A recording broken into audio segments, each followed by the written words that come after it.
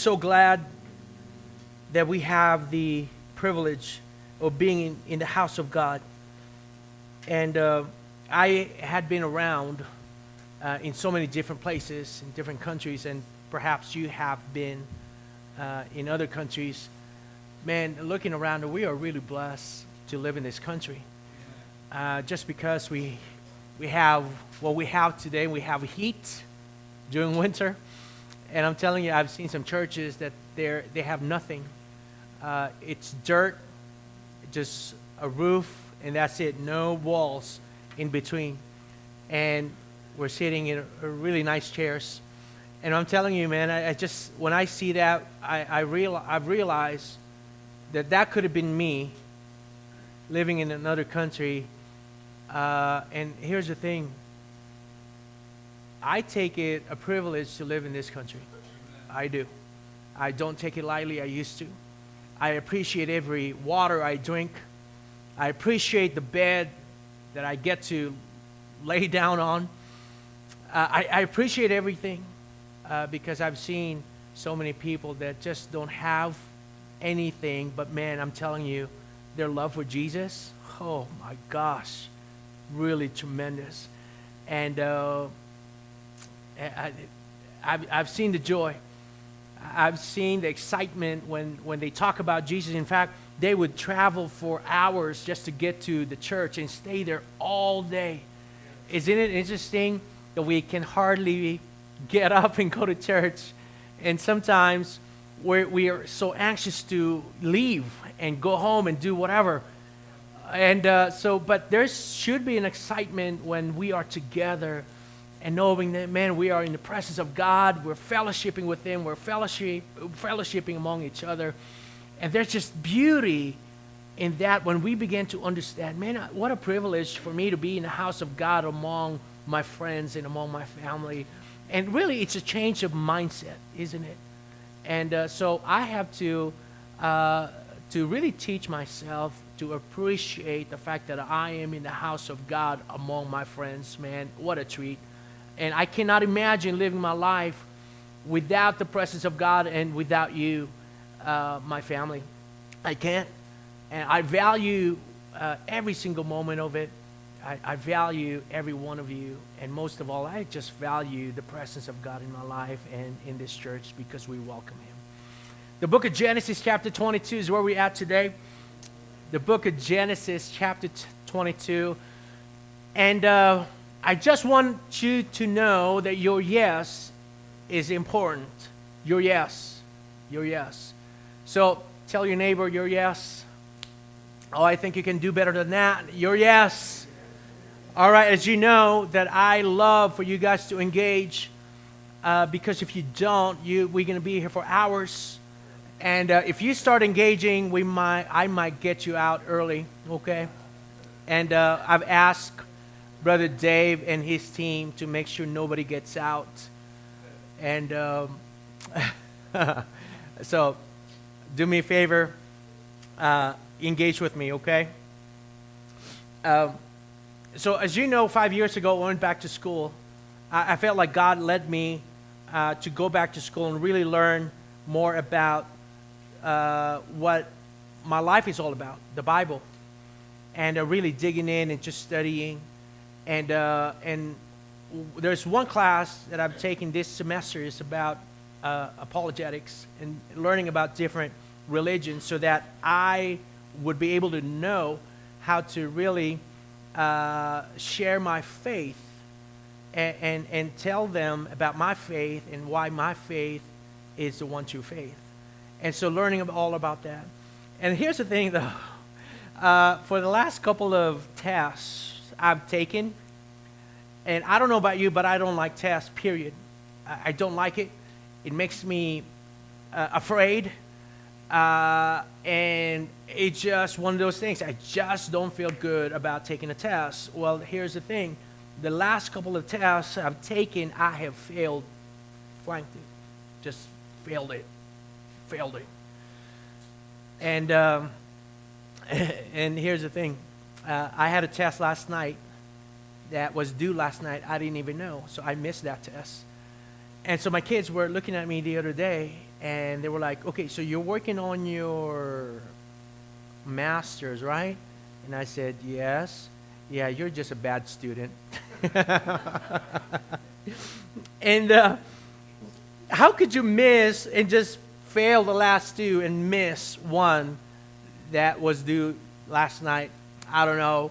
But anyway, in the book of Genesis chapter 22, we're going to look at a person who was tested by God. And let's just dive in. In the book of Genesis 22, beginning from verse 1, tells us this. Sometime later, God tested Abraham. He said to him, Abraham, he said, here I am, Lord. Then God said, and by the way, if you look up, I have underlined the things that I feel that is valuable for us to kind of stop and think about. Okay? Take your son, your only son, here we go, whom you love, Isaac, and go to the region of Moriah, sacrifice him there as a burnt offering on a mountain I will show you. Now, this is how Abraham responded. He responded, verse 4, early in the next morning, Abraham got up and loaded his donkey. He took with him two of his servants and his son Isaac. When he had cut enough wood for the burnt offering, he set out for the place God had told him about. On the third day, Abraham looked up and saw the place in the distance. He said to his servants, stay here with the donkey while I and the boy go over there. We'll worship and then we will come back to you. This is how Abraham responded. He responded with a yes. Your yes is vital. Abraham took the wood for the burnt offering and placed it on his son Isaac. And then, look at this. And then Abraham himself carried the fire. Nothing like this, of course. This is fancy. And this is pretty fancy. And then look at this. And the knife. As the two of them went on together, Isaac spoke up and said to his father Abraham, you ready for this? Dad? Yes, son? So I just have a question. We have the wood. We have the fire. And we have the knife.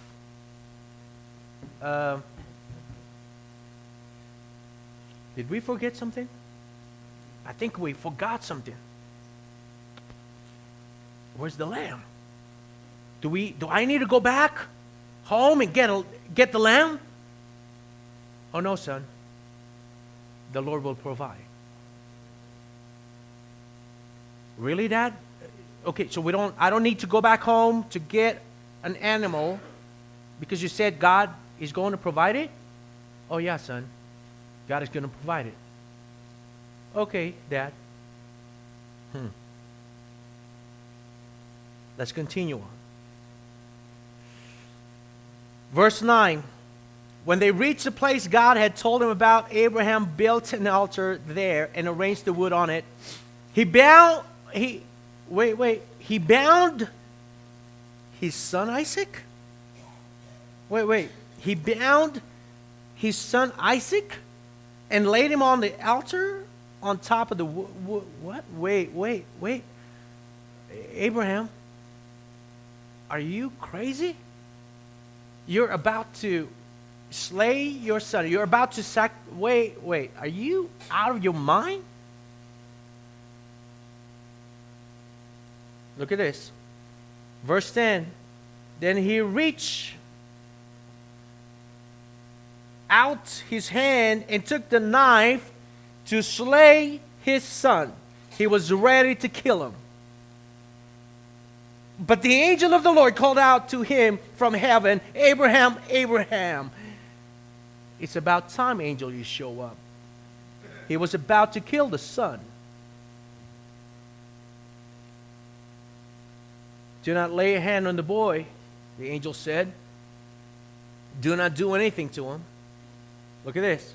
Now I know that you what? Fear God, because you have not withheld from me your son, your only son.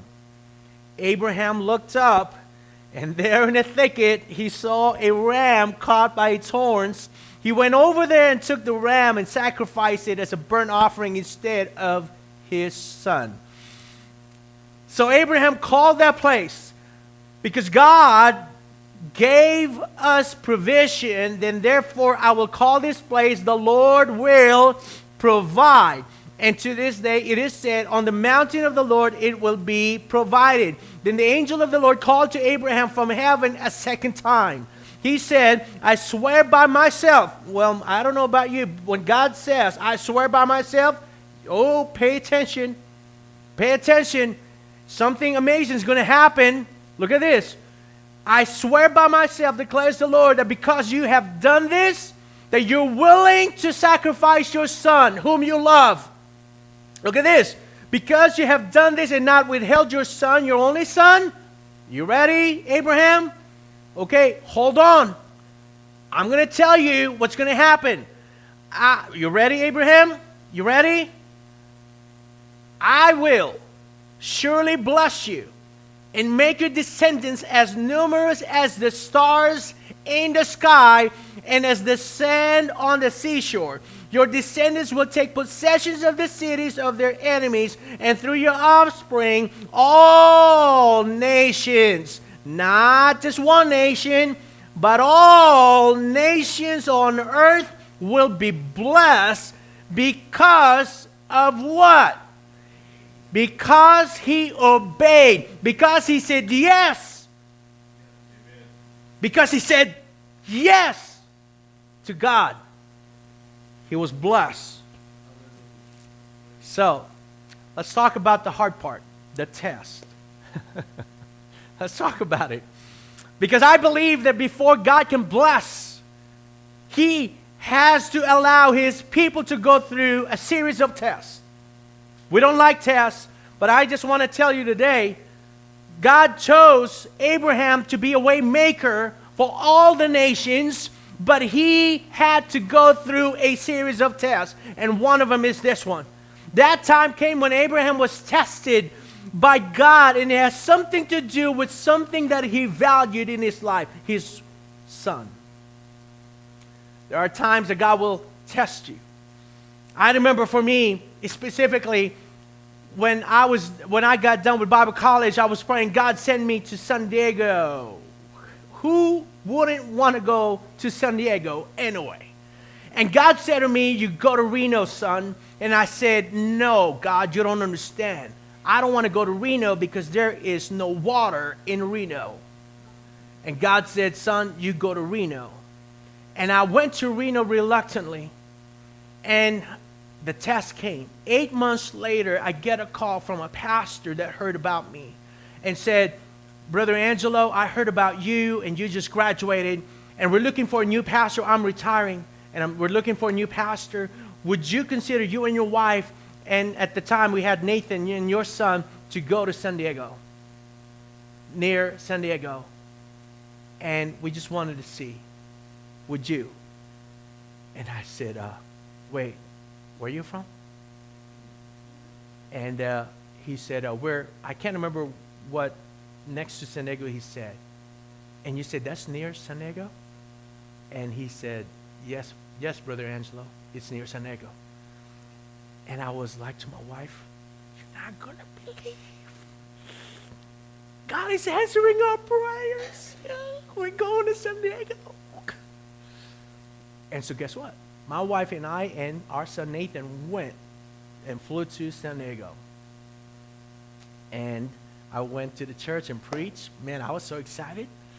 And guess what? The following day, I get a call from the pastor, and the pastor said, Brother Angelo, the church and the board wants you to be the new pastor. I was like, oh, God, he's so good. He's answering my prayer. we're going to San Diego. But deep inside my heart, God is saying, you're outside of my will if you go. And that excitement kind of diminished. And I said, God, you really don't want me to go, do you? He said, son, I called you to Reno. That's your purpose. And I'm going to do something amazing through your life and your family. And I said to Annalisa, we're not going to San Diego. And she said to me, well, good for you, just waiting for you to hear from God. And I called the pastor and I said, I'm sorry, we can't go. Because if I go, we would be outside of his will. The test. Do you know why you and I, when we're in school, why the teacher would give us a different series of tests? Do you know why? Do you know the test is not for their sake? Whose sake is it? It's my sake for your sake. Not because the teacher doesn't know. It's for your sake and my sake so that we would know if we know anything.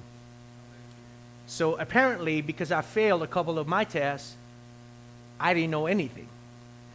And so it allowed me to know, my goodness, I don't know anything.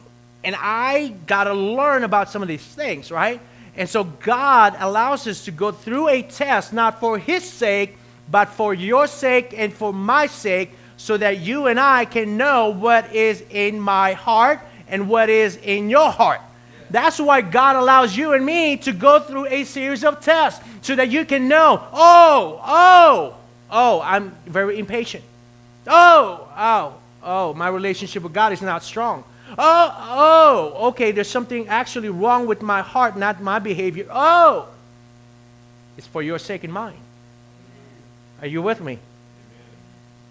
And so, as much as we try to avoid and hate taking a test in life, but it is for our own good. So don't despise it, rather welcome it. Because whether you like it or not, it will come. It's for your sake and my sake. So the test. Now, let me ask you this. The second thing is, who's your Isaac? Who's the Isaac in your life that you value much? Genesis chapter 15, look at this.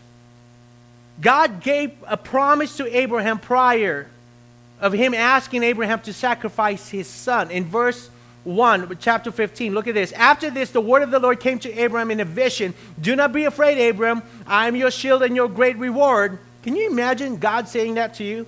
But Abraham said, Sovereign Lord, what can you give me since I remain childless? You have given me no children. Then the word of the Lord came to him, a son who is your own flesh and blood will be your heir. He took him outside and said, come on. Now look up. I'm looking up, God. You see all the stars? If you can count them, try. Go ahead, start counting. 1, 2, 3, 4, 1,000, 2,000, 3, 4, 5. Can you just imagine? And then he said, if indeed you can count them, then God said to him, so shall your offspring be. Abraham believed the Lord, and he credited to him as righteousness. God gave a promise that he would have a son, and now God is saying to Abraham, sacrifice him? Wait. You gave him a son, you gave him a promise, and then now you want to sacrifice? Wait, it just doesn't make sense, God. Why would God ask Abraham to sacrifice his son, whom he loved in the beginning? That was his promise. Do you know that all of us have something we value in life? And sometimes we don't realize that what we value is we value them more than we value God. That's the problem. See, God is not saying don't value your wife, your relationships, your children, your job, your finances, your time. I'm not saying don't value them. Honor it, the fact that I have given you these things, manage it accordingly, and be faithful. Value it. But don't value them more than you value me. That's what he's saying. Don't value them more than you value me. Because God is saying to you and me, don't value the creation. Don't ever value what I have given you. What you value is you value me more than you value what I have given you. So what do you value? What is your Isaac? Is it your relationship? Is it your wife, your spouse? Is it your children? Is it your job? Is it your business? Is it your career? Is it your accomplishments? Is it your money? Is it your time? What do you value? What is the Isaac in your life? I remember that Abraham wouldn't be able to experience any of these incredible blessings from God unless he was willing to sacrifice or give up Isaac, whom he loved, whom he valued. I remember a brother was telling me about a story back in the 70s when the hippies were surrounded with hippies, right? Well, they were, but I wasn't born yet. Well, I was, but I was little. Anyway, so they were surrounded with hippies. And God told him, sell your business and then take care of the hippies. Wait. You want me to sell the business you gave me so that I can take care of the hippies? And how many hippies are we talking about? 70 of them.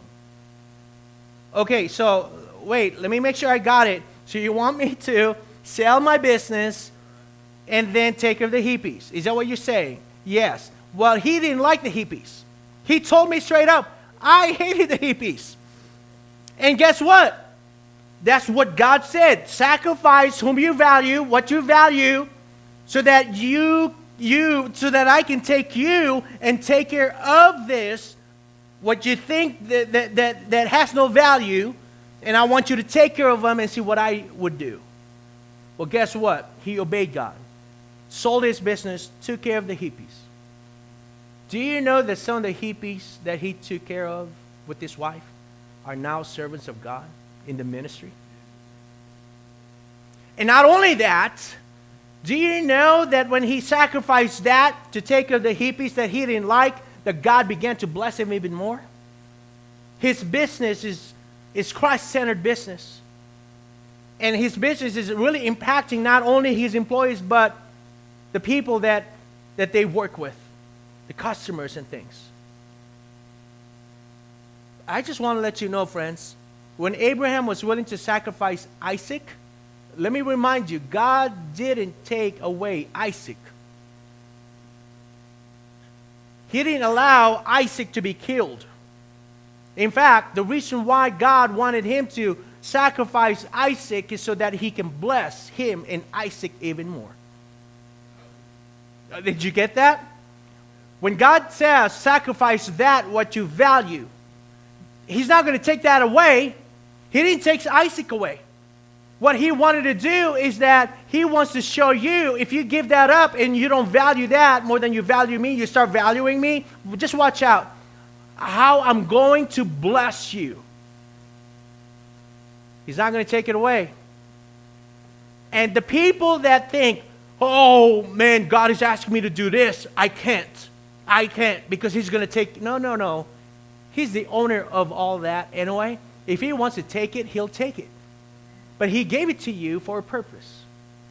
Not for you to do this, but for you to allow God to use you and say, hey, I want to just flow my blessings through you. Can you just imagine you being a conduit of his blessings? And just his blessings is flowing through you. And here's the thing, friends. what's amazing to me is that whatever you sacrifice to God, He blesses it. My wife and I, we stand in front of you to say that is how true that is. When God said, give up your job and be a pastor, I said yes.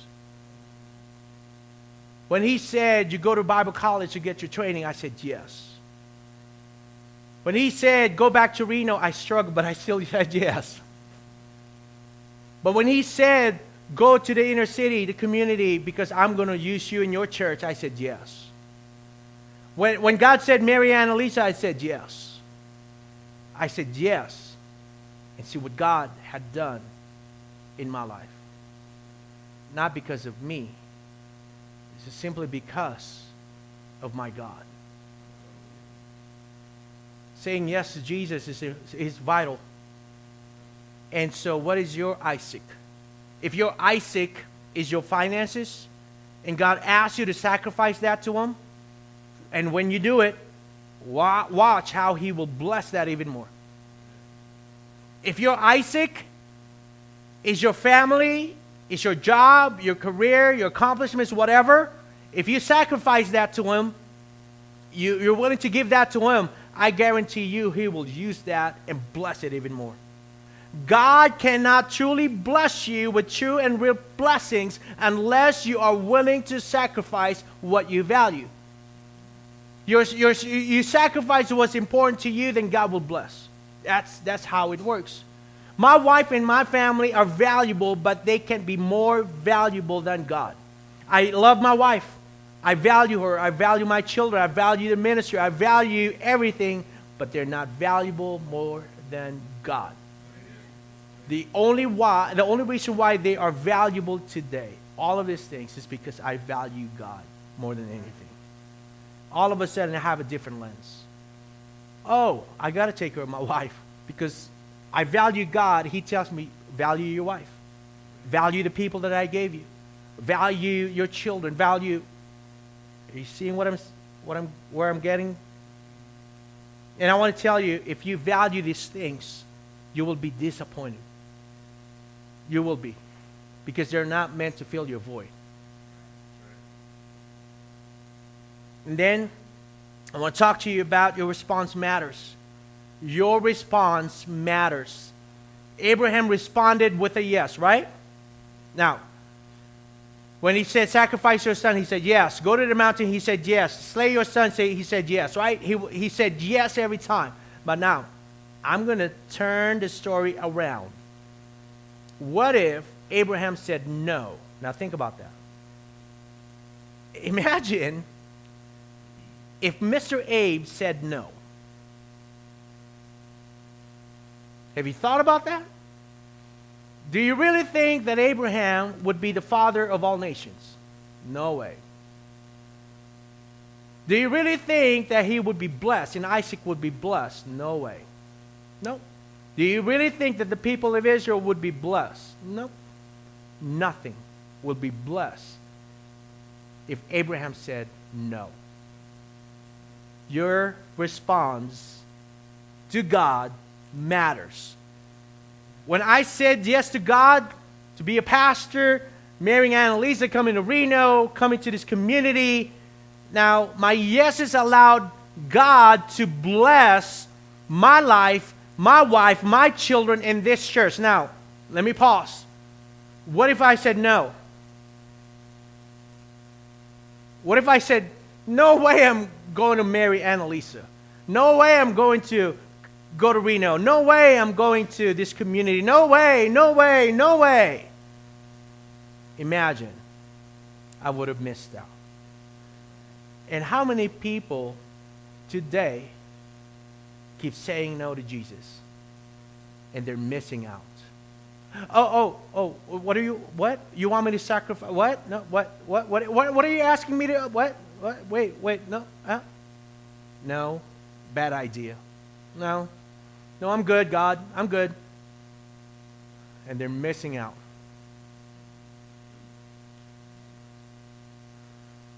I just want to remind every single one of you, you have a purpose. And your purpose is more than what you think. It's more than just Sunday. More than just the ministry you're doing. More than that. You have a purpose. So your response to God matters, and you would only accomplish, God could only accomplish his main purpose for your life if you say yes. Oh, yes. And then God leads you to another one. Oh, yes. And God leads you to another one. Oh, yes. And God leads you to another one. Oh, yes. God leads you to another one. Oh, yes. And all of a sudden, you are experiencing these incredible blessings and purpose that he has for your life. Now, let me ask you this. Do you need to go to a mountain tonight or today? Do you need to go to the mountain today? When you go, do you have the wood, the fire, and the knife? And you're going to say to God, whatever it is that I hold value, I'm going to sacrifice it so that you can bless it. Because if you don't, he can't bless it. If you try to do this is mine. I value this more than I value anything else. I tell you, he can't bless it. Unless you release it and you say, I got the wood, the fire, and the knife. Let me do some sacrificing, God, so that you can bless it.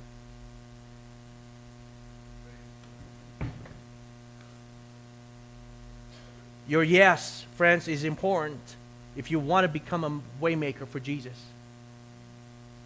How many of you really desires to be a waymaker? And I'm telling you, I don't want to live life the same over and over and being content when I know that God has so much more. But in order for me to experience all of that is if I start saying yes to Jesus. Come, son. Yes, Jesus. Follow me, son. Yes, Jesus. Turn left, son. Yes, Jesus. Turn right, son. Yes, Jesus. Go straight, son. Yes, Jesus. Whatever you say, I will do. Because I want to tell you that every turn, every path, every road, he will bless it. Because Abraham was blessed with his obedience. Every time he said yes, he was blessed. And every time you and I say yes to Jesus, he will bless it. I really believe that. Do you receive this today? Come on, give God a clap offering today.